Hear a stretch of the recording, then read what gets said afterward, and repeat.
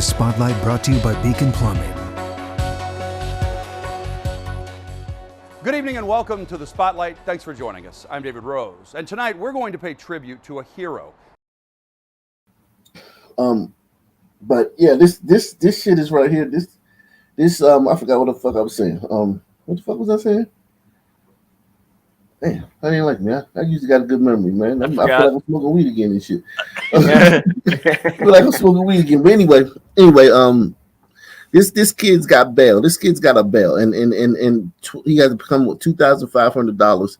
You know, some sister's gonna pay his bail, and he's gonna be out. And just think about that, man. Think about that. That's scary. Think about that when you how do the race baiters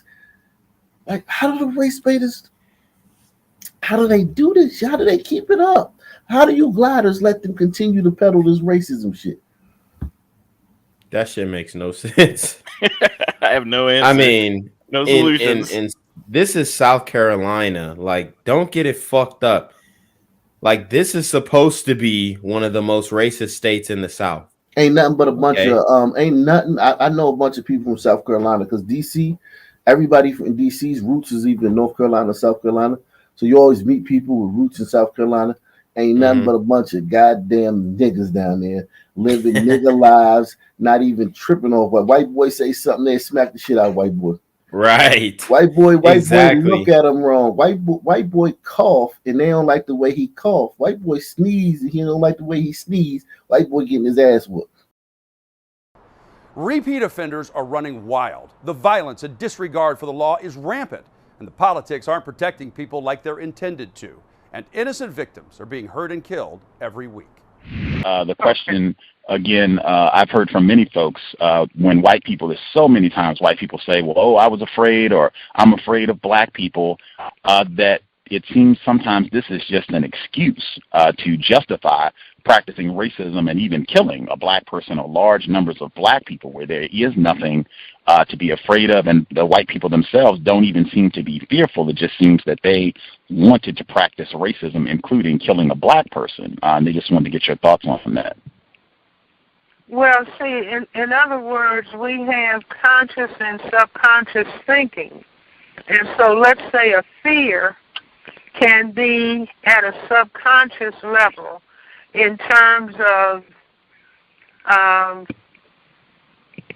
the fear, as I call it, the fear of white genetic annihilation. And so white people are not going around, for the most part, consciously thinking, you can cause my genetic annihilation, because the thinking within the white supremacy system and culture is that white is genetically superior. They don't admit to themselves that white is a genetic recessive trait. But the reality is that white is a genetic recessive trait. But white people cover that with the thinking and the pronouncement that white is genetically superior. So if you're thinking you're genetically superior, that you are genetically better, stronger, etc., than people of color, then you're not simultaneously thinking at a conscious level that what it really is that your genetics are recessive and that black can cause your genetic annihilation. So white people are functioning at the conscious level in terms of the hype, let's say it that way, or the mindset in the system of white supremacy. But what is actually controlling their behavior is at the subconscious level that is reflective of reality. See, you can deny reality at the conscious level, but not at the subconscious level. Is that clear? Yeah, my brother, he went to Columbia, and shit, it was a walk in the park. He had no problems. What's good, bro? Hey, man, this shit here. And as I've said many times on your show before, that this is the key to understanding racism. That the fear that they talk about is the fear that is generated because black people are genetically dominant in terms of skin coloration compared to the genetic recessive white-skinned people. And so this focus and obsession where they have a weapon, where indeed the only weapon that they have that is not a weapon at all, but it is their genetic and constitutional makeup. And it's only males that are focused on because it's only males who can impose sexual intercourse, whether they're white, black, brown, red, or yellow. So you used to could go to the movie theater for $1, and then later on it became the $5 theater. Yeah, bro, niggas shot up the $5 theater, bro.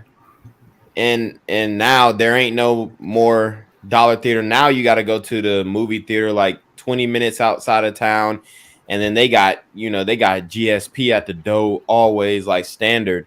So, and I have no problem with it. They got a nice movie theater, but it's just like, we used to have a $5 movie where like the old movies would premiere in the movie theater, and it was always a dope vibe. But shit, we ruined everything. It's almost like, hey, hold on, somebody moving from furniture, please mute yourself. But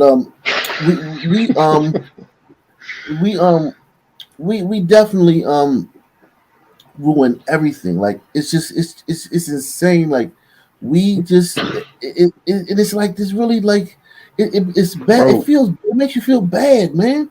We ruined everything. It do. Listen, and I get into it every day. I'm an Uncle Tom Coon sellout, and I love it. That's a badge of honor.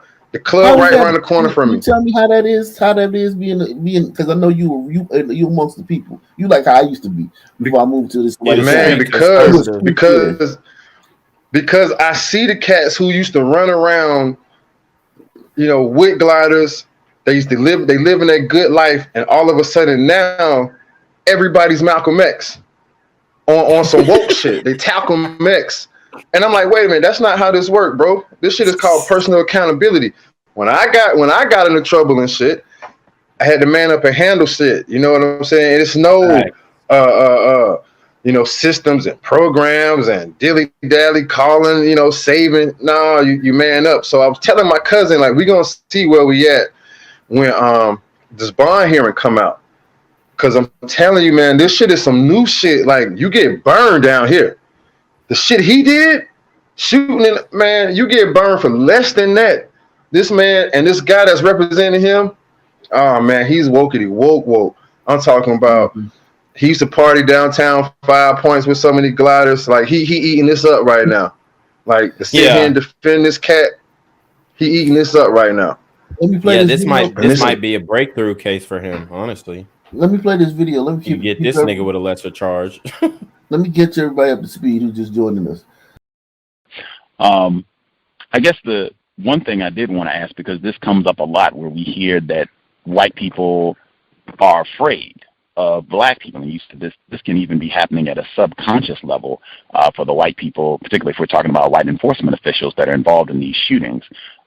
Many folks have said, just observing the behavior of whites, they don't seem to be petrified. They don't seem to be in a state of just total terror where they are immobilized or can't think, can't operate. They seem to be perfectly capable of gunning down a black person, killing a black person, and moving on. They're saying that it just does not seem like they are afraid, even in some of these cases of these shootings of black people. The black person, as you said, has been unarmed and or fleeing, where they were trying to get away, where there really was no reason for them to be fearful. And they just wanted, if you could, I guess, expound on that, why it seems that many times these white people, they just do not appear to be afraid at all. It seems to be an excuse to justify killing a black person. At the hearing, he was granted a $25,000 surety bond and will be required to wear an ankle monitor with no contact to those involved. He also can't visit the mall. An attorney for Price says a years-long conflict between his client and others led to the shooting that left at least 9 shot and more than a dozen injured.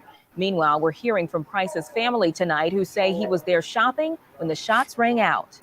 Also, I've heard a lot of people, much of the dialogue, just because of the more public incidents over the past month or so, it's all been around black males. Eric Garner in New York, Ezell Ford in California, John Crawford III in Ohio, obviously Mike Brown in Missouri, and many folks have said, and I think correctly, that black females, black children also have a very tough time with enforcement officers. I know most recently, I think a lot of folks saw the video footage of Marlene Pinnock, the black female who was beaten savagely by white California highway patrolmen, where they had video of this. Even the professor in Arizona, Dr. Ursula Orr, where she was slammed on the ground, they said, for quote-unquote jaywalking, even though you can see in the video that other white people are walking on the same part of the street as she has, and they didn't get ticketed or slammed on the ground, arrested, and everything else that happened to her.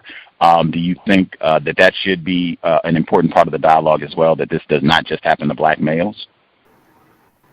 This was a senseless act where, over 12 people got injured, where people was out there with their families for Easter, and he was out there trying to get things for festivities that was going on this weekend that he was going to. It's all senseless. We sent our... Dude, they only charged him with unlawfully discharging a weapon. And the gun is called in the white culture the great equalizer. So then the question is, equal to what? Do you see? And my answer is that when the white subconscious looks at the black male, it's as though, the brain computer is saying about the black male, you have a weapon, you have a genetic or genital apparatus that can cause my genetic annihilation. Must create weapon can do same thing. And that's the gun. And that's why the gun is called the great equalizer. That's right. Fucked up. Because they need. That's attempted murder on like. What is they saying? They saying because he was, he didn't provoke it. They came at him. They came at him, and he cooperated right in. He he on. They trying to make it seem like he on the up and up, But my deal is he getting into it.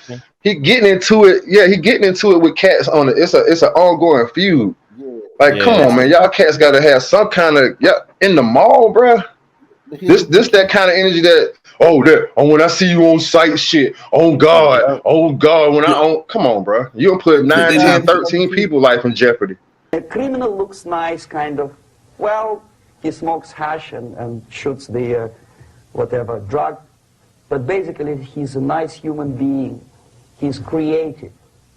And he's unproductive only because society oppresses him. Whereby a general of Pentagon is always, by definition, a war maniac. A policeman is a pig, rude policeman. He abuses his power. A generalization like that. The hatred, the mistrust to the people who are supposed to protect you and enforce law and order. Moral relativity. The Angelo Buono process lasted 2 years in Los Angeles. Relativity. The Angelo Buono process lasted 2 years in Los Angeles. And yet there are still some lawyers who say, look, he's a nice character, as a matter of fact. There was some witness who said, also a criminal, who said, well, he's a nice guy. I asked him one day to burn a house of my enemy, and he wouldn't do it. They're not factoring in the thing. Hold on. In 2017, he was he was arrested for shooting a guy in 2017. So he's already been in trouble with serious trouble before. Go ahead. Who was that? CJ? Was on the news for that. Yeah, I'm saying that they're not factoring in the things that he did to them people before the incident. Right. Yo, these comments got me dead. I ain't gonna lie. This nigga said, I lived in Midtown in Houston and I went to the Galleria yesterday. I wasn't there for 5 minutes and these little demons started shooting it. Yeah, that's why I live. I live in South Houston. Man. I turned into the got shot in the mall. What the fuck? Damn. Well, I turned into the gas station. A white Dodge come Dukes of Hazzard style in the parking lot. Well, I'm talking about Reverend Dukes of Hazzard. Turn perfect in the parking slot. Little gremlin jump out, sagging, gun on his hip. I go in the store. He's hanging on the counter, telling them, "Oh no, not this pack of cigars. Boy, you crazy as hell." The other pack. He's sagging, skinny jeans, gun showing, little bag of weed showing, on the phone, just enjoying the weekend. Well, it happens mostly to black males. See, I would dare say that black males are stopped driving while black 10 times, 50 times more often than are black females. It doesn't mean that black females are exempt. But again, I say that black females are not feared in the same way, even though black females have the same genetic material, but they cannot impose sexual intercourse. And so they are not feared in terms of being a potential initiator of white genetic annihilation. So that when whites move to try to, what shall I say, respond to their fear of genetic annihilation, they make an instrument called a gun that is a replica of not of female genitalia, but of male genitalia. Me and the old man in the line looking like, well, god damn. He get in the car, he stick his arms out, dump the cigar guts. Dukes has it out the parking lot doing a donut. Oh god. And I'm thinking like, damn, like these cats don't have no kind of like awareness. Like maybe the cop could just be strolling along, checking. You know, you 2 steps away from a high school. They don't care, man. Fuck. We free. Is it constitutional carry in South Carolina? Oh yeah, if you legal. Yeah, but not the way these cats is rocking it. If you don't have no charges, you can carry. Yeah, yeah. Like if you don't have no charges and you're over 18, hell yeah. You're South Carolina, Tennessee, Texas, absolutely. North Carolina, Mississippi, Alabama, Georgia. Now, especially now, you can just in Georgia, you can just say fuck it. They just passed a bill, so it's like shit. Any nigga who can carry anywhere. I've been doing that shit though. If you're a cop, right, and you see throughout the course of the day, you see 100 dudes, 100 son teens with Glocks with extendos, right, hanging out there with skinny jeans, right. Yeah. And you say this kid that he just described, say with the weed and all, dumping the guts and all. If the cop comes up to press him out about some other behavior, and then they ask him for for his ID, and they find out that he has he's on probation or he has felonies and he's not supposed to be carrying. How does the cop? That's big trouble. But how does the cop not get? If I was that teen, I would just get a lawyer and say, "Oh, he profiled me because I'm black." They passed this constitutional carry law, and now they pressing out black people because that would start being the narrative. As a cop, I would feel handcuffed. I feel like I could see a teen or something. I know that dude. I locked that dude up before. I know that dude got a rap sheet longer than a CVS receipt. But if I can't really say nothing to him because it's constitutional carry, if I say something to him, it looks like I'm just picking on him because he's black. Yeah. Absolutely. Context of white supremacy. Again, our guest, 3rd-generation physician, author, general and child psychiatrist, Dr. Frances Cress Welsing. That is one thing. Try to make the best. I mean, it's horrific. Young black teenager shot and killed unarmed. Horrific situation, and all of the other incidents as well. But to try to make the most out of this, that this situation has forced many people, white and non-white, around the world to speak truthfully and recognize racism is a major problem. Within that dialogue, though, however, I would say it has not been very accurate to that system of white supremacy and really using the best terms to explain why these shootings continue to happen. I've heard a lot of people who have complained. They have complained about President Obama's response to all this, that he hasn't recognized racism as the reason for why these shootings keep happening. He did not make a presence, didn't visit St. Louis, Missouri, Ferguson specifically, in the midst of all of this turmoil when the National Guard was called in. I've heard a lot of black people, they've said, hey, President Obama, he can speak up for gay rights issues. He can speak up for women's rights issues that predominantly help white women.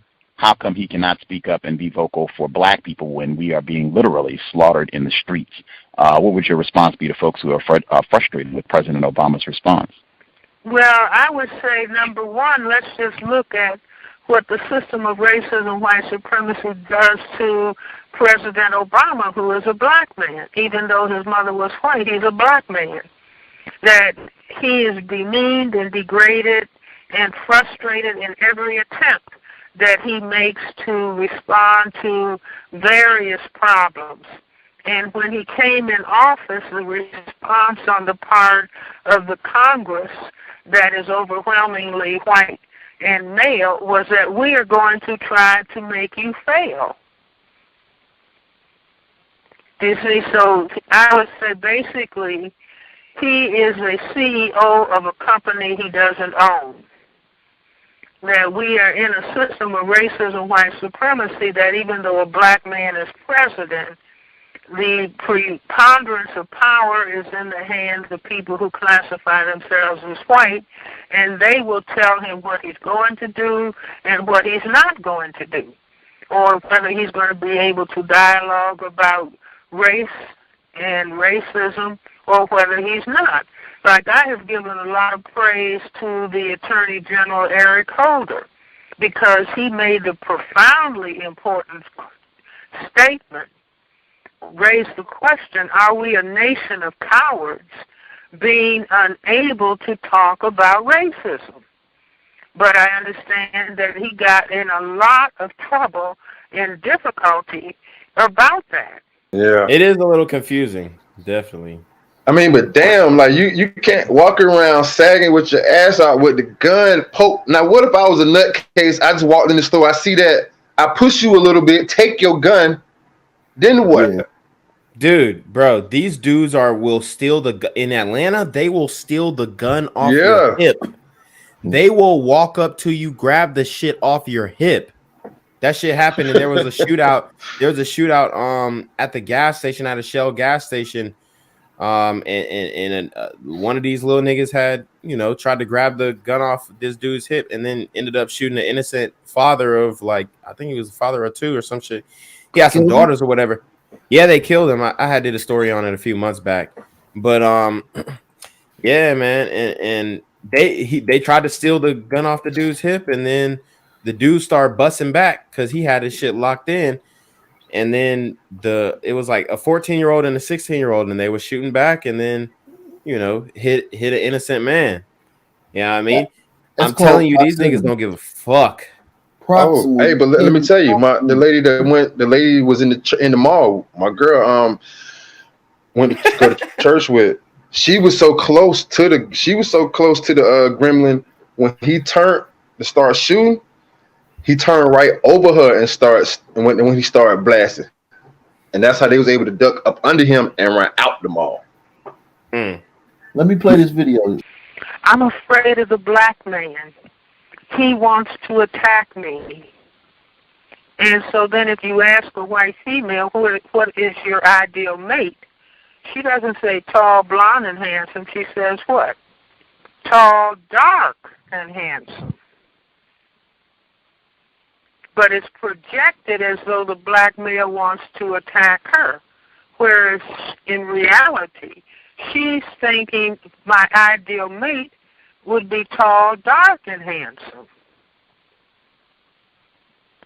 So it's completely turned around. It's just like the white male saying, I'm afraid of him, but the white male has all the weapons. And so neither one is really talking. I say that people who classify themselves as white have created for the last 500 or so years a system of white supremacy, a system for white genetic survival. But they don't focus on the system. They go call the system capitalism, they call the system democracy. But in reality, the system is about white genetic survival, which is why black people don't have a fighting chance. I mean, you have all kinds of manipulations, etc. But fundamentally, you have a system of racism, white supremacy that is not talked about.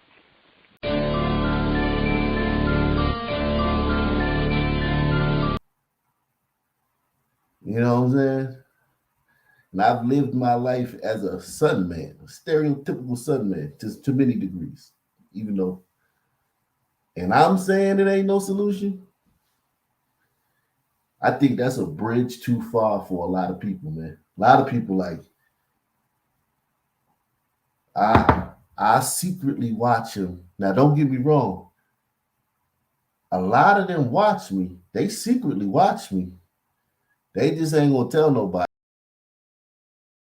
Hit one. Whoever's doing the editing here is trying to get the message out.